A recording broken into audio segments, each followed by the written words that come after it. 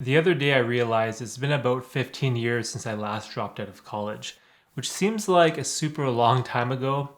So today I wanted to talk about my experience, what I learned, and if I have any regrets from dropping out. Of course, this is not going to be a video to try and convince you to do what I did, as I am someone who believes 100% in education, improving your mindset, and just bettering your life. So if you feel like the college or university route is right for you, then more power to you. I totally understand and agree if that's the path that you want to take. Okay, so this sounds kind of funny, but I graduated high school all the way back in 2002. And this was a time where we still had grade 13 and a full 5 years of high school. My graduating class was part of this thing called the double cohort, where grade 13 was being removed from the school system. So we had twice as many students graduating in the same year, fighting for acceptance letters to college and university. There was this strange feeling in the air that there wasn't going to be enough placements in college for everyone, and that the requirements for admission would be much more difficult than in previous years. I had this fear, and I'm pretty sure that all of my graduating class felt this way as well. And it was that if we don't get into college now, then we're going to miss the boat, and our future will more than likely be ruined. So, to give you an idea of what kind of student I was in high school, I had the most chaotic and polarizing grades possible. Like half my classes I was barely passing, but the other half I was excelling at, and I felt like I was a pretty good student. When it came to mathematics, calculus, algebra, physics, and computer science, I had grades somewhere in the high 80s and low 90s. And this was done with literally zero effort. I didn't even have a binder or notebook for most of my classes. Now, this ended up being a complete disaster for me when it came to all the other subjects in school. We're talking about grades in the low 50s, so just barely passing in subjects like geography, history, world religion, English, French, art, and even all of the social sciences. Anything that had to do with words and not numbers caused me an unbelievable amount of grief. I hated reading, I hated writing, and I absolutely hated anything that was open for interpretation. I just thought to myself that naturally I'm not a very creative person at all, and that I had an engineering brain rather than a writer's brain. But as you can see, this isn't the case now. The first 18 years of my life ended up being the complete opposite of my latter 18. And over those years, I've grown into a person who just absolutely loves the arts. Anything to do with creativity, expression, interpretation, and even public speaking are all things that I just adore and strive to get better at every day. And this is where this whole argument of getting a post-secondary education just drives me nuts. For every teenager out there who goes to college and finds success, there's probably a proportional number of people who feel just like me, that are lost, confused, unsure, and scared of just making a decision at this young of an age. How can you possibly expect a 17-year-old kid to know what they want to do with the rest of their life? This whole education setup that we have here in North America just seems so backwards to me. Like, are you going to tell me that it's a smart financial decision to put our kids, the future of humanity, in $40,000, $100,000, or even $200,000 in student debt by the time they're 21? For most people, that's the definition of financial suicide. And look, I get it. My opinion on this subject is very biased, as I am someone who magically escaped the burden of student debt and found happiness on the other side. But if I were to look at this with a nuanced perspective and just play devil's advocate, I 100% understand that attending college can and will be a good decision for most people. For example, if you want to be an accountant, you need a CGA. If you want to be a lawyer, you need to pass the bar. A doctor, you need med school, a teacher, teacher's college, or even just like a scientist or engineer or anything else along those lines. Then yes, 100% without a doubt, if that's the career path you really want, then go for it, go for it, go for it. But of course, on the flip side, if you were like me and you wanted to study business administration, economics, philosophy, corporate ethics, or even psychology, these are all degrees that are so general and undefined that I don't see how going into massive amounts of student debt would be worth it. And look, your teachers and parents will probably give you some good advice to choose a field that you enjoy or something that you excel at. But again, the problem here is that 17-year-old Derek has no clue or idea what future Derek loves to do. If you were to magically give me my computer science degree that I dropped out of and handed me a programming job with a 6-figure salary, benefits, and stock options for life, do you know what I would say? Hell no. And I'm not even joking, I'm 100% serious. I literally have zero interest in computer science, programming, or any of the math-related subjects that I was good at. All of my passions in life now are in the arts. If you don't believe me, take a look at the content I create on my channel. A lot of my videos are about achieving financial freedom, finding your passion in life, and doing work you love rather than conforming to some kind of societal norm. And most importantly, that education doesn't end with school. If there is anything you can take away from this video, it's this. Education does not end with school. It doesn't. I don't care what anyone says. This idea that education ends once we start working is foolish. But for whatever reason, so many of us do this. It's like, oh, I finally got my degree. Now I can just sit back, work, earn money, and never have to study anything ever again. The problem with this mindset is that our society changes so drastically from year to year that it's almost impossible to predict what the jobs of the future will be. This is the very reason why I try to diversify my skill set and knowledge as much as possible. This is going to sound super weird to say, but we aren't in the 19th century anymore, where a blacksmith in 1820 was a blacksmith in 1840 and probably a blacksmith in 1860 as well. But today, the jobs in 2020 could be completely different than in 2040, or just obsolete by 2060. The exponential growth of technology plays such a huge role when it comes to education and the access to information. Even things like here on YouTube or podcasts, for example, they've given me an incredible self-education throughout the years. And I think this is something that's only going to get bigger.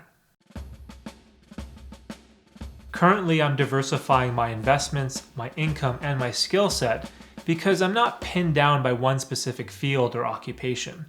Since I dropped out of college, it gave me all this free time and disposable income to go out and experiment. I believe this is very important for anyone out there who is seriously thinking about not going to college or dropping out.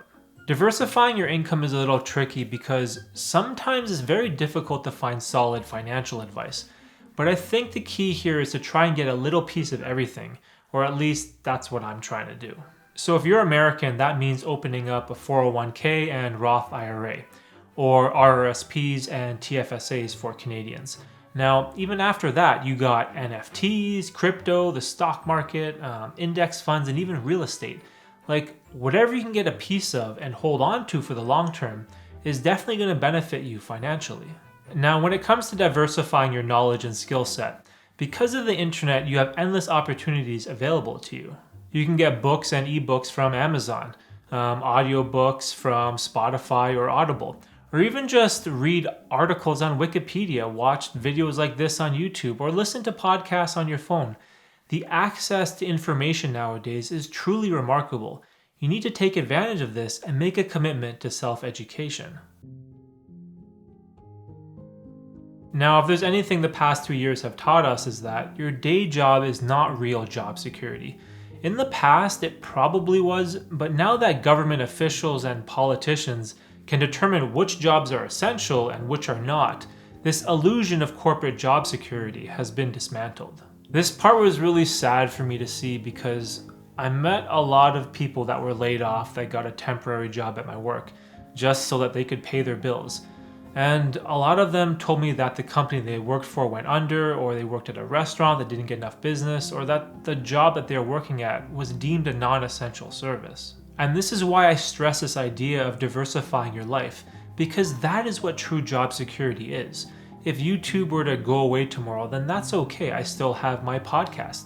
If my podcast were to fail, then I still have my day job.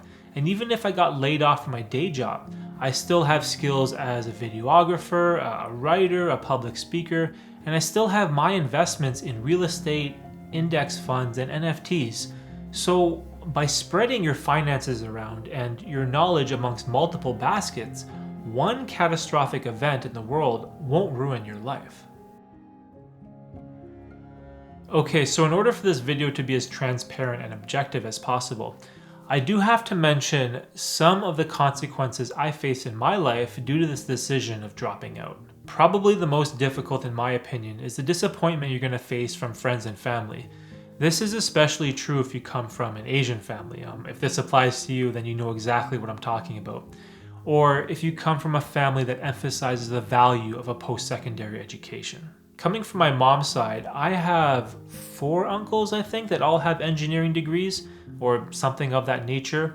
So I come from a very mathematical and scientific-based family who all have excelled in the corporate world. Now, there was this one time that I do remember where I did regret not having a college degree. I think it was somewhere in 2016. At the time, I was working as a secretary doing payroll type of work. And I noticed that there was this job posting in our accounting department for a payroll coordinator. This was a job opportunity that could lead to further advancement in the company, which also came with a pretty significant pay raise.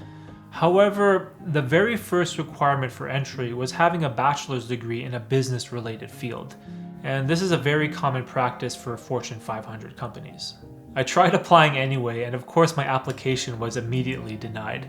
So the career options I have available to me right now are very limited, and I've reached a point where I've kind of maxed out my potential at the current company I'm working at. But at the same time, my goal in life is to no longer climb the corporate ladder.